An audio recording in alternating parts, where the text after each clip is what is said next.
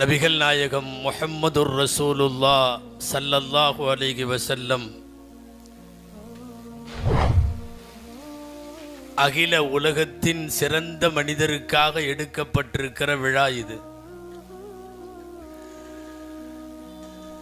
மீலாது விழா என்றால் உத்தம நபியின் உதய தின விழா என்று இங்கிருக்கிற நோட்டீஸில் அச்சடிக்கப்பட்டிருப்பது போல உதய தின விழாவும் பிறந்த நாள் விழாவும் தேவையா என்றொரு விமர்சனம் எல்லாம் கூட சமீப காலத்தினுடைய இளவட்டங்களிடையே ஏற்பட்டிருப்பதுண்டு. இது எல்லா பிறந்த நாள் கொண்டாட்டங்களைப் போல அல்ல. இந்த கொண்டாட்டம் ஊர் உலகத்திலே நாமெல்லாம் கொண்டாடுகிற பர்த்டேக்கள் வேறு ரகம், நபிகள் ஸல்லல்லாஹு அலைஹி வஸல்லத்தின் பிறந்த நாள் வேறு ரகம். எந்த பிரயோஜனமும் இல்லாத நீ எல்லாம் பிறந்த நாள் விழா எடுத்துக் கொள்ளுகிற போது உலகமே யாரால் பலன் பெற்றதோ பயன் பெற்றதோ அவர்களுக்காக ஒரு பிறந்த நாள் எடுத்து அவர்களின் வரலாற்றை சொல்லுவதுதான் இங்கே நோக்கம். பல இடங்களில் பெருமானாரின் வரலாறு 12 நாட்கள் பேசப்படுகிறது. முதல் நாள் பிறப்பிலே தொடங்கி 12வது நாள் நபிகள் ஸல்லல்லாஹு அலைஹி வஸல்லத்தின் இறப்பு வரை பேசி முடிப்பார்கள். அந்த தொன்மை இன்றைக்கும் தமிழகத்தின் பல இடங்களில் உண்டு. பல இடங்களில் மதரசா மாணவர்களுக்கு நபிகள் நாயகம் ஸல்லல்லாஹு அலைஹி வஸல்லமினுடைய வாழ்க்கை வரலாற்றை போட்டியாக நடத்தி பரிசுகள் கொடுத்து வரலாற்றை அடுத்த தலைமுறைக்கு நகர்த்துகிற வேலையை மீலாது விழாக்கள் செய்வதுண்டு.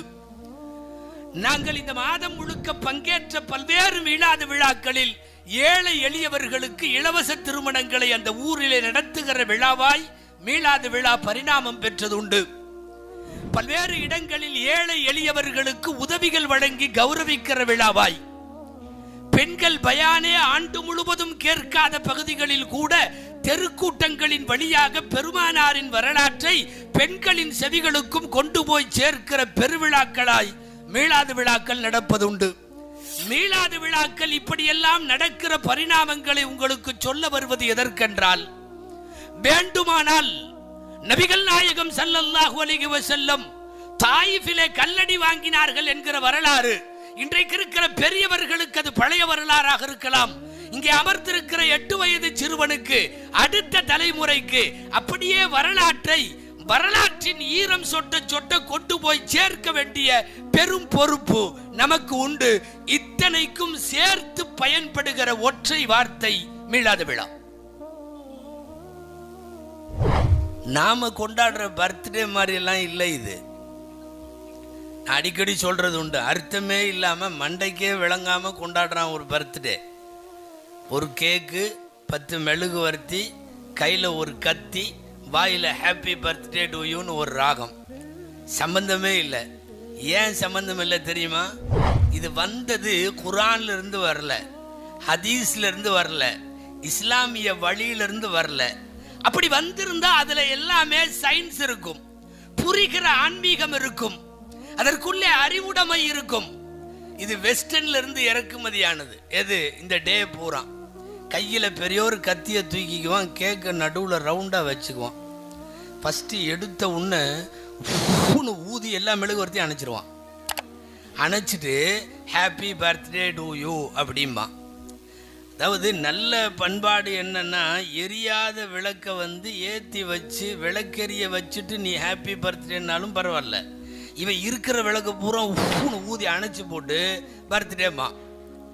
அதுக்கு அர்த்தம் என்ன தெரியுமா? 10 பேர்த்து வாழ்க்கையை நாசமாக்கியாவது நீ மேலே வந்துருன்னு அர்த்தம்.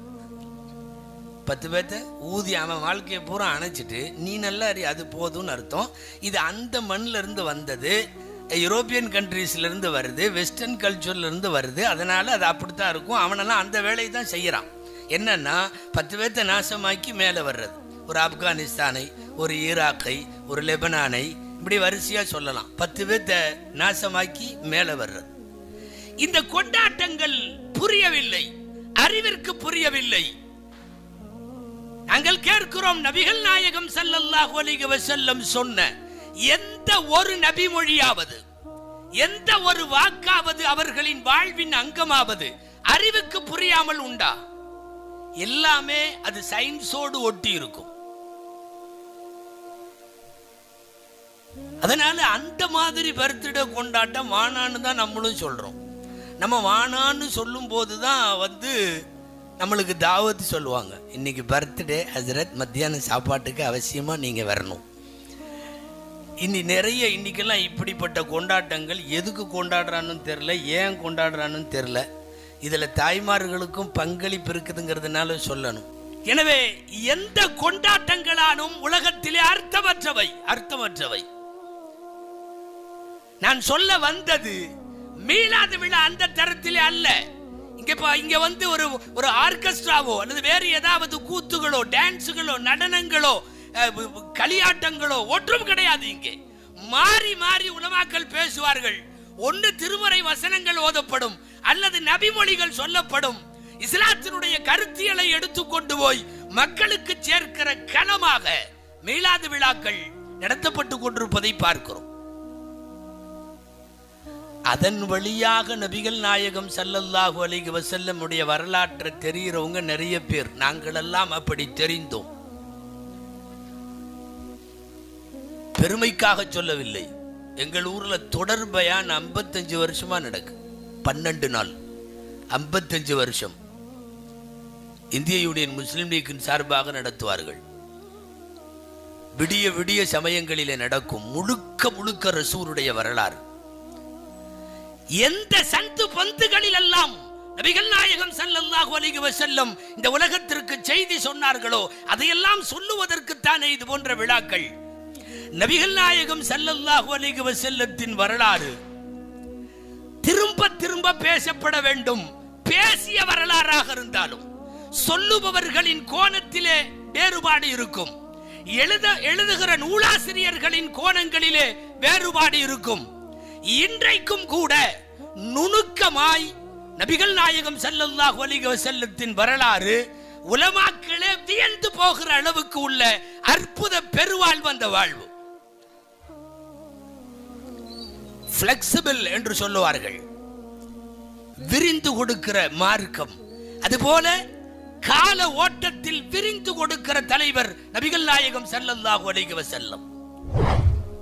கம்ப்யூட்டர் இல்லாத காலம் அல்ல, கரண்ட் கூட இல்லாத காலத்தில் நபிகள் நாயகம் ஸல்லல்லாஹு அலைஹி வஸல்லம் அன்றைக்கு வாழ்ந்த மக்களுக்கு எப்படி வழிகாட்டியாய் அவர்களை மானசீகமாய் வழிநடத்தினார்களோ இன்றைய கணினி இணையதள உலகத்திலும் அவர்கள் நம்மை வழிநடத்துகிறார்கள்.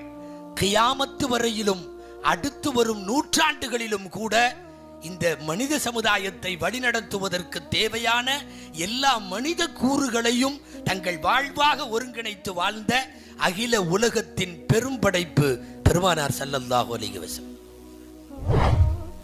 அகில உலகத்தின் ஆகச் சிறந்த மனிதருக்குத்தான் நாம் விழா எடுத்து பேசிக் கொண்டிருக்கிறோம்.